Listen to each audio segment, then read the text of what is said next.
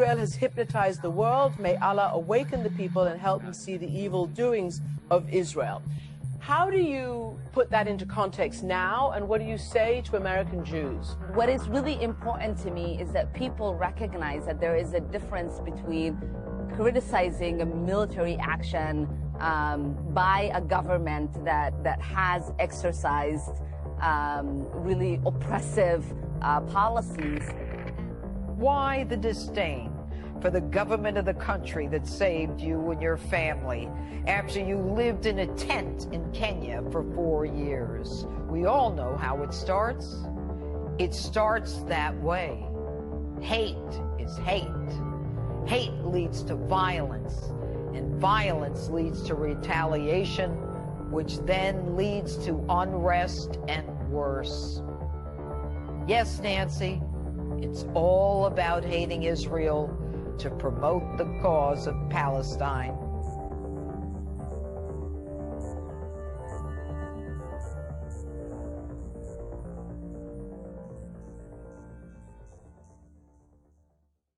So let me get this straight.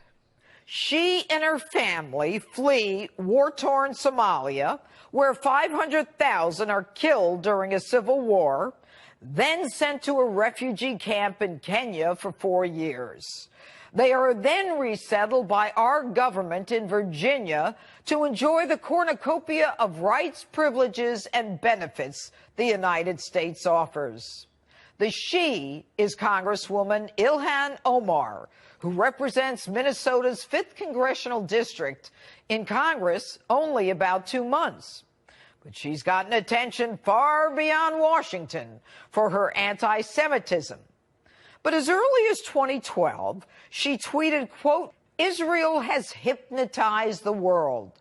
May Allah awaken the people and help them see the evil doings of Israel."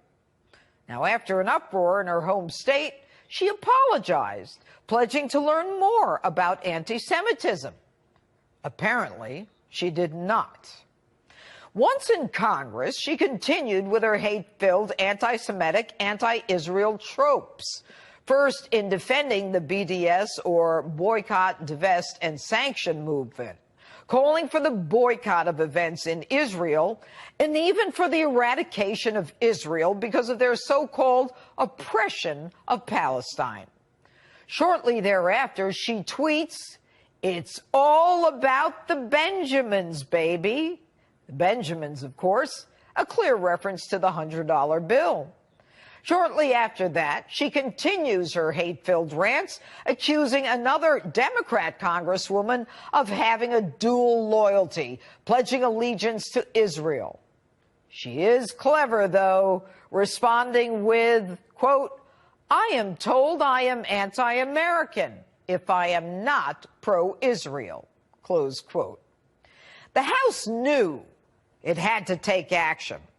And after a week of chaos on the part of House members trying to figure out if Omar should be reprimanded, identified by name, as well as removed from the powerful Foreign Relations Committee, Speaker Pelosi comes out with a watered-down, dumb, disappointing resolution that neither condemns Omar nor mentions her name. A simple, "We shouldn't hate each other." I don't think our colleague is anti-Semitic. I think she has a different experience in the use of words, doesn't understand that some of them are fraught with meaning that she didn't realize. Nancy, she speaks perfect English. She graduated from a college in the United States. You say she doesn't understand the words? Are you saying she's stupid? That she doesn't understand? Then what the hell is she doing on the prestigious Foreign Relations Committee? She speaks fluently, using tropes which are figurative and metaphorical, understanding that those words create powerful images and verbal ironies. She is far from stupid. Her comments only critical of Jews and Israel, not Italy, not Morocco, not North Korea, Israel. Now, the fact that you didn't have the backbone, grit, or gumption to draft a resolution that included her name tells me you're the stupid one. And if you don't understand, let me explain. Omar got you and all your pals to draft a watered-down resolution with a message we all learned in first grade. Don't hate anybody. Really? That took you bozos a week in the House? She then goes on to accuse respected members of Congress who support Israel, our strongest ally in the Middle East, of dual loyalty.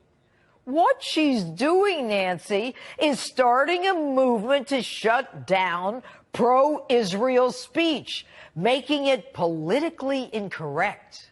So when she comes up with her pro-Palestinian agenda, the pro-Israels are reticent to speak because she's already proven that the Dems will not punish her. And talk about chutzpah, she takes a victory lap and in an unrepentant and unchastised tweet takes credit by saying, quote, "Our nation is having a difficult conversation, but we believe this is great progress." But she continues her disdain and contempt for Israel, America's chief ally, ignoring how Israel has assisted us advancing our interests in the Middle East, preventing victories by radical nationalist movements, as well as assisting us in intelligence gathering. She then goes on to slam Barack Obama, saying he's just another pretty face who got away with murder, caging kids and droning people in the Middle East. But she adds he is a bit more polished. My question, why the disdain for the government of the country that saved you and your family after you lived in a tent in Kenya for 4 years? Why the scorn? And as the Democrats scrambled to forgive, rationalize, and give a pass to a freshman in Congress, the joke is on you, Nancy. You've appeased rising anti-Semitism inside the Democrat Party. Let me say that again. You and the whole gang running for president in the Democratic primary in 2020 have appeased the rise of anti-Semitism in the Democrat Party. The sad part is that all this is contrary to the tenets of your party, which is so receptive to the LGBTQ community, illegal immigrants, refugees, and on and on. This is not who your party is. Your party is not anti-Israel. She is. Think about this. She's not getting this anti-Israel sentiment doctrine from the Democrat Party. So if it's not rooted in the party, where is she getting it from? Think about it.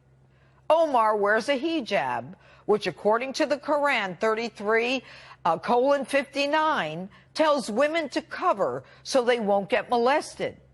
Is her adherence to this Islamic doctrine indicative of her adherence to Sharia law, which in itself is antithetical to the United States Constitution? I don't have to tell you, Nancy. Jews have been persecuted almost from the beginning of time, when they were forced out of Egypt, to the 6 million killed in the Holocaust. And now we are witnessing the rise of anti-Semitism in Europe, where incidents are up 74% in the last year alone in France, where Jewish cemeteries are regularly desecrated with swastikas, and people relay the common tropes of Jews with too much money and influence. We all know how it starts. It starts that way. Hate is hate. Hate leads to violence, and violence leads to retaliation, which then leads to unrest and worse. Yes, Nancy, it's all about hating Israel to promote the cause.